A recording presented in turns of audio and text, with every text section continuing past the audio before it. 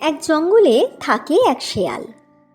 জঙ্গল থেকে সে বড় একটা বেরোয় না, সেখানেই ঘুরে ঘুরে খাবার জোগাড় করে।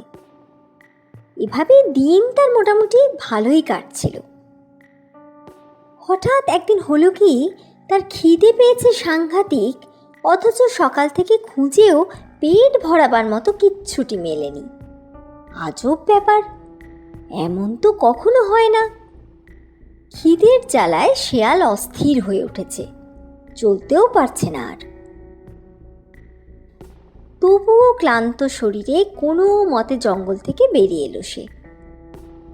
যদি আশেপাশে কোনো খাদ্যবস্তু চোখে পড়ে।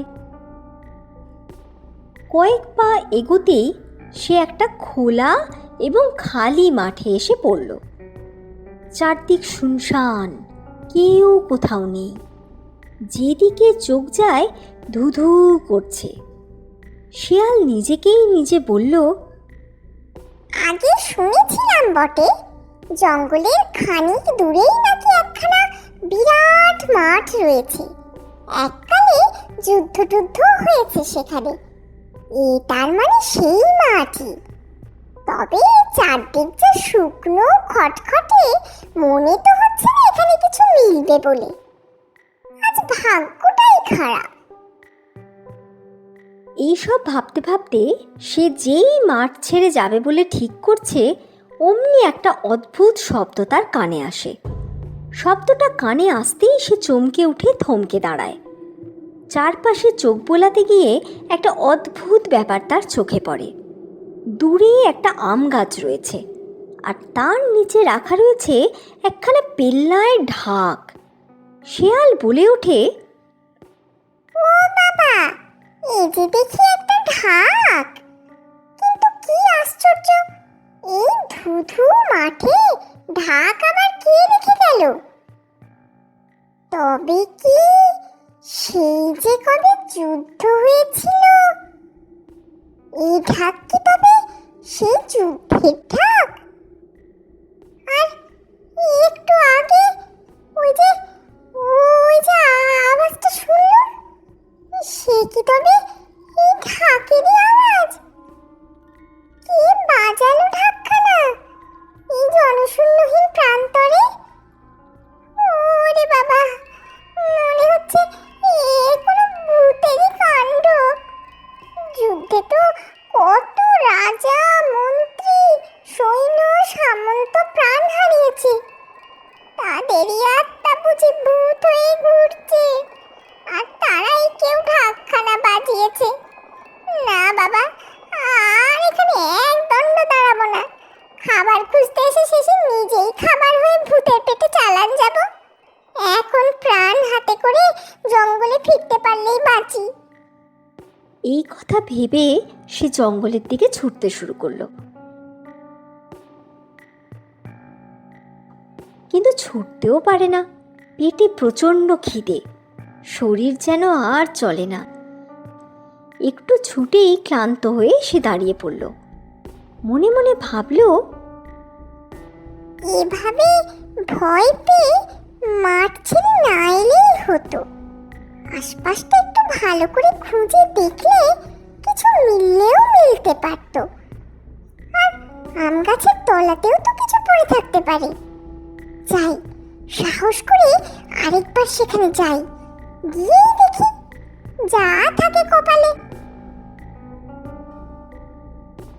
এই ভেবে সে মাঠের দিকে একটু এগোতেই আবার সেই ঢাক পেটানোর আওয়াজটা তার কানে এলো।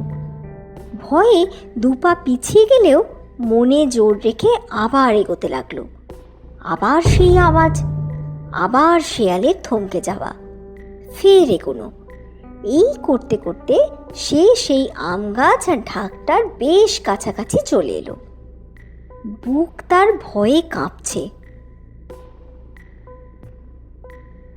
কে জানে, হয়তো কেউ ঢাকের পেছনে লুকিয়ে তাকে লক্ষ্য করছে, আরও কাছে গেলেই তার উপর হামলে পড়বে। আবার পেটেও প্রচণ্ড খিদে। ভয়ের চেয়ে খিদের যন্ত্রণাই যেন তাকে বেশি করে পেয়ে বসেছে। তাই যা থাকে কপালে বলে সে আরও এগোতে লাগলো। এমন সময় শোঁ শোঁ করে খুব জোরে হাওয়া বইতে লাগলো, আর সেই আওয়াজটাও আরও জোরে জোরে হতে লাগলো। আওয়াজটা একটু থামতেই শেয়াল সাহসে ভর করে ঢাকের কাছে গিয়ে তার ওপরের ফাটা পর্দার ভেতরে উঁকি মেরে দেখে ঢাকের ভেতরে কত আম।